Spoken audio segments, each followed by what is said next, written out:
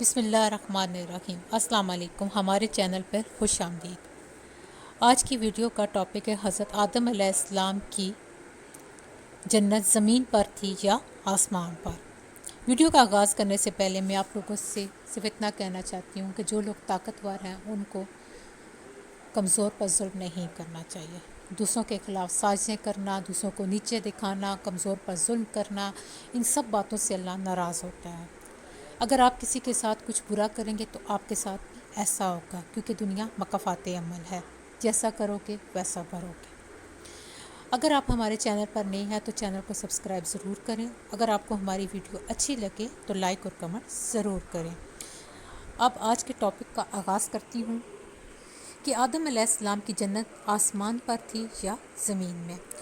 علماء کا اس بارے میں بھی اختلاف ہے کہ آدم علیہ السلام جس جنت میں داخل کیے گئے وہ آسمان میں تھی یا زمین میں۔ اس اختلاف سے نکلنا اور اس کا حل تلاش کرنا بھی مناسب معلوم ہوتا ہے۔ جمہور علماء کا موقف یہ ہے کہ وہ جنت آسمان میں تھی اور اس کا نام جنت المأویٰ ہے۔ آیات اور حدیث کا ظاہری مفہوم اس کی تائید کرتا ہے، اور ارشاد باری تعالیٰ ہے، اور ہم نے حکم دیا کہ اے آدم تم اور تمہاری بیوی بہشت میں رہا کرو۔ اس آیت میں الجنت پر الف لام عموم کے لیے نہیں اور نہ ہی محدود لفظی کے لیے ہے، بلکہ عہد زنی پہلے سے مخاطب کے ذہن میں متعین چیز کی طرف اشارہ کرنے کے لیے ہے، جس سے یہ ثابت ہوتا ہے کہ یہ جنت المأویٰ ہے۔ موسیٰ علیہ السلام نے آدم علیہ السلام سے کہا کہ آپ نے ہمیں اور خود کو جنت سے کیوں نکلوا دیا؟ امام مسلم رحمۃ اللہ علیہ السلام نے صحیح مسلم میں حضرت حذیفہ سے رضی اللہ عنہ سے نقل کی ہے کہ حضرت صلی اللہ علیہ وسلم نے ارشاد فرمایا، اللہ تعالیٰ قیامت کے دن لوگوں کو جمع فرمائیں گے۔ جب جنت مومنوں کے سامنے لائی جائے گی تو وہ اٹھ کھڑے ہوں گے اور آدم علیہ السلام کی خدمت میں حاضر ہو کر عرض کریں گے، اے ہمارے باپ، ہمارے لیے جنت کھلوا دیجیے۔ تو وہ کہیں گے، تمہیں جنت سے تمہارے باپ کی خطا ہی نے نکلوایا تھا۔ اس حدیث میں بڑی زبردست اور واضح دلیل موجود ہے کہ وہ جنت المأویٰ ہی تھی۔ دوسرے علماء فرماتے ہیں کہ آدم علیہ السلام جس جنت میں قیام پذیر تھے وہ جنت المأویٰ نہیں تھی، کیونکہ وہاں آپ کو ایک درخت کا پھل نہ کھانے کا پابند کیا گیا تھا، اور اس لیے بھی کہ اس جنت میں آپ سو گئے تھے اور اس سے نکالے گئے۔ اس جنت میں آپ کے پاس ابلیس داخل ہوا۔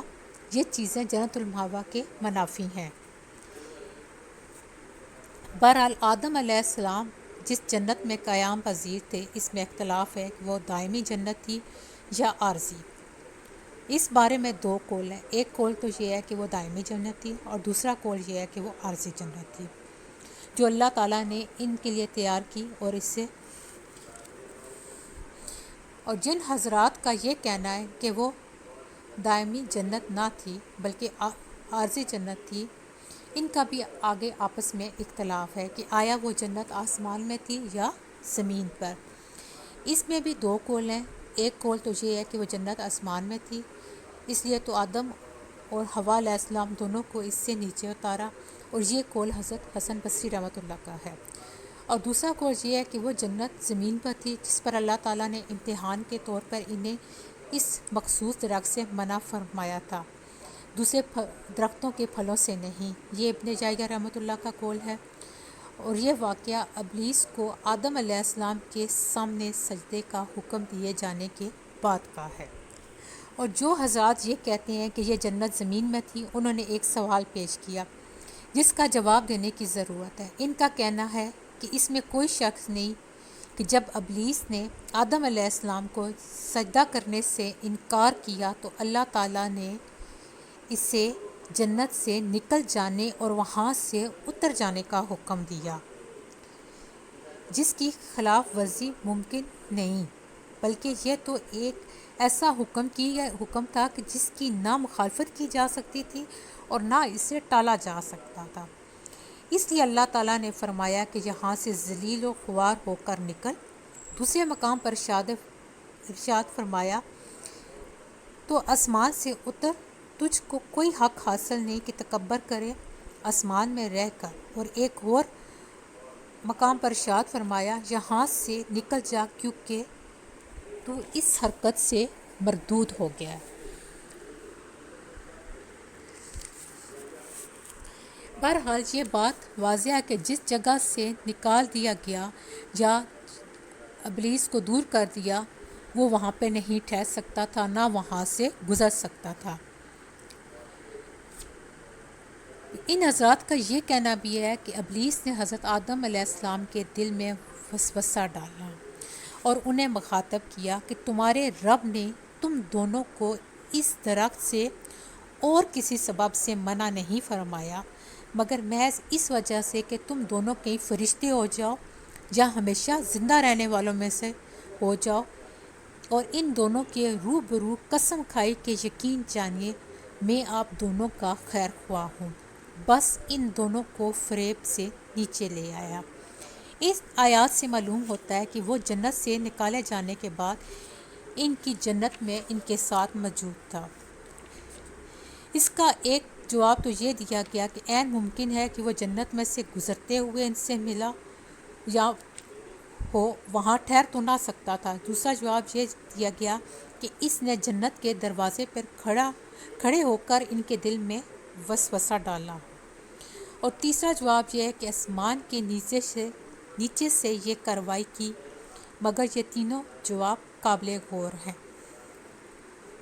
جن حضرات کا یہ نظریہ ہے کہ وہ جنت زمین میں تھی، اس کی دلیل میں یہ حدیث ہے کہ حضرت آدم علیہ السلام کی وفات کا وقت قریب آیا تو انہوں نے جنت کے انگور کھانے کی خواہش ظاہر کی۔ ان کے بیٹے انگوروں کی تلاش میں چل دیے۔ راستے میں ان کی ملاقات فرشتوں سے ہوئی۔ فرشتوں نے پوچھا اے آدم علیہ السلام کے بیٹو کہاں جا رہے ہو؟ انہوں نے جواب دیا ہمارے والد نے جنت کے انگور کھانے کی خواہش ظاہر کی ہے۔ فرشتوں نے کہا واپس چلو، اب تم کو اس کی ضرورت نہیں رہی۔ وہ واپس ہوئے تو دیکھا فرشتوں نے ان کی روح قبض کی، غسل دیا، خوشبو لگائی اور کفن کا انتظام کیا۔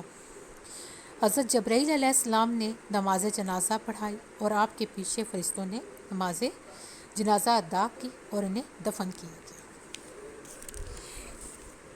اس حدیث سے معلوم ہوتا ہے کہ جس جنت میں سے حضرت آدم علیہ السلام نے انگور کھانے کی خواہش ظاہر کی تھی وہاں تک اگر پہنچنا ممکن نہ ہوتا تو ان کے بیٹے انگوروں کی تلاش میں نہ نکلتے۔ اس سے معلوم ہوا کہ وہ جنت ارضی تھی، جنت سماوی نہیں۔ اب کچھ لوگوں کا یہ کہنا ہے کہ نیچے اترنے کا ذکر آسمان سے اترنے پر دلالت نہیں رکھتا، جیسا کہ ارشاد باری تعالیٰ ہے، کہا گیا اے نوح اترو ہماری طرف سے سلام اور برکتیں لے کر جو تم پر نازل ہوئی ہوں گی اور ان کی جماعتوں پر جو تمہارے ساتھ ہے۔ حضرت نوح علیہ السلام کشتی میں سوار تھے اور وہ کشتی جو پہاڑ پہ جا ٹھہری تھی، روئے زمین کا پانی خشک ہو گیا تو اللہ تعالیٰ نے حکم دیا کہ زمین پر اترو، ہماری طرف سے تم پر تمہارے ساتھیوں پر برکت ہو۔ اور دوسرے مقام پر ارشاد ہے کہ کسی شہر میں جا کر اترو، وہاں تم کو وہ چیزیں ملیں گی جن کی تم درخواست کرتے ہو۔ یہ آیت سورۃ البقرہ کی ہے۔ ایک اور مقام پر ارشاد ہے اور ان پتھروں میں سے بعض ایسے ہیں جو خدا کے خوف سے نیچے لڑک آتے ہیں۔ ان حدیث سے ان حضرات کا کہنا ہے کہ زمین میں جنت مراد لینا کوئی ناممکن بات نہیں ہے، بلکہ حقیقت یہ ہے کہ جس جنت میں آدم علیہ السلام تھے وہ سطح زمین کے باقی علاقوں سے بلند تھی، وہاں درخت، پھل، سائے، طرح طرح کی نعمتیں، تازگی تھی۔ ارشاد باری تعالیٰ تھا یہاں جنت میں تو تمہارے لیے بہت آرام ہے کہ تم نہ کبھی بھوکے رہو گے اور نہ ننگے رہو